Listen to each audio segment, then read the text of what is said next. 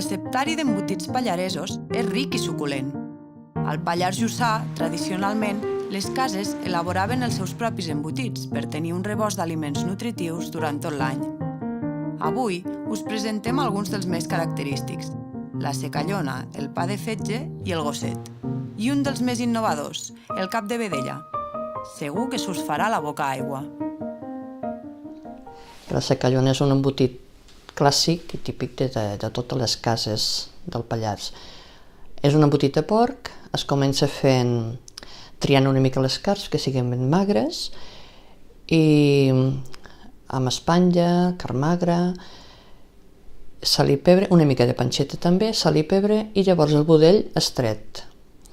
Es fa normal triturant la carn i tot, i un cop està embotida, perquè acabi el producte final, és assecar-la durant uns 15 dies.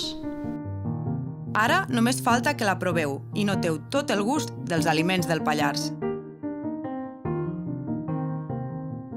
Jo et proposaria el pa de fetge, que és típic d'aquí, d'aquesta casa, fa molts anys que el fan. És de fetge de porc, amb carn de porc i cansalada, amb ous i all i julivert.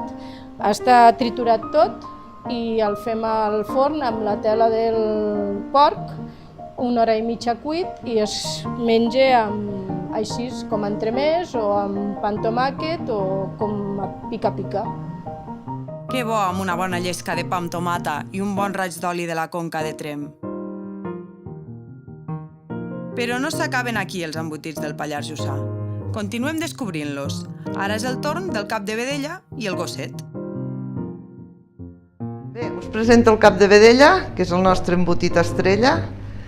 Està fet amb tota la carn del cap de la vedella, o sigui, la pell, les galtes, la llengua i a més hi posem la pota.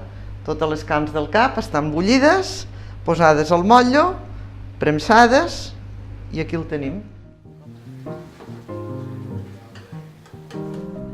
El cap de vedella, primer us el presento fet tipus carpaccio, amb una vinagreta d'all i julivert, una mica de rúcula i una tomata.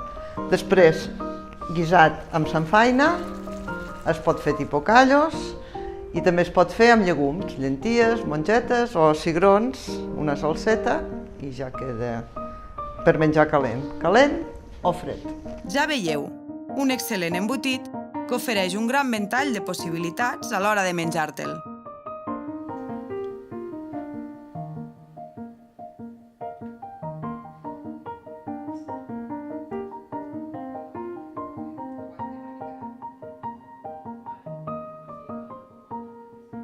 El gosset s'elabora ficant a bullir les cornes i algunes carns magres del porc.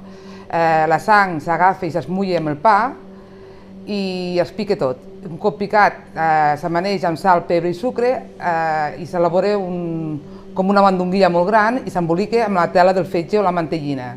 I es posa a bullir una mitja hora aproximadament. Un cop està refredat es pot tallar molt prim i es fa servir com entremesos, o es talla molt gruixut i es fa a la brasa o a la planxa. Fred o calent, tria la millor opció per menjar aquest singular embotit.